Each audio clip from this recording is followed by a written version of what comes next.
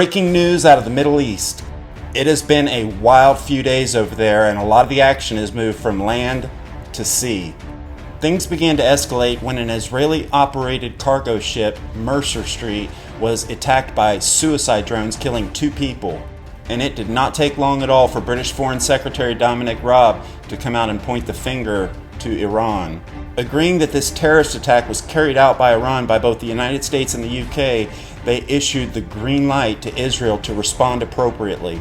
As tensions began to rise and speculation increased on what that response from Israel would look like, today Iran took the next step. Earlier today, off the coast of the United Arab Emirates, at least 4 ships gave signal that they were no longer under command and lost the ability to steer.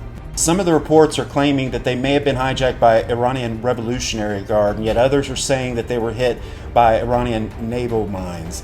But regardless, with almost certainty, Iran is behind all this in what appears to be a highly coordinated terrorist attack.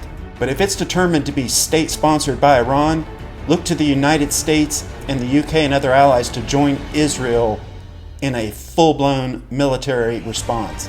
Again, Israel already has the green light to make a response. What exactly that'll be and to the degree that they respond is yet to be seen. With the people of Iran being without basic needs like water and food and electricity, they've begun protests all over the nation and have now reached the capital city of Tehran, chanting "Death to the dictator." And with newly elected President Ibrahim Raisi going into office in 2 days and having a history of being the butcher of Tehran for murdering thousands and thousands of Iranian people back in the 80s for rebelling against the government, who knows what's going to happen. And with Israeli Prime Minister Benjamin Netanyahu now out of office, the relationship has been all but severed between them and Russia has now begun to step up their game in Syria.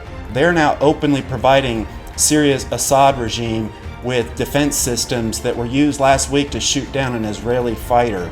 The only other nation to make up the coalition that'll form against Israel for the coming battle of Gog and Magog is Turkey, and even they're getting into the action in northern Syria. And if all this is leading us to the last days, then if you've been saved through the blood of Christ, it is time to look up, for our redemption draweth nigh.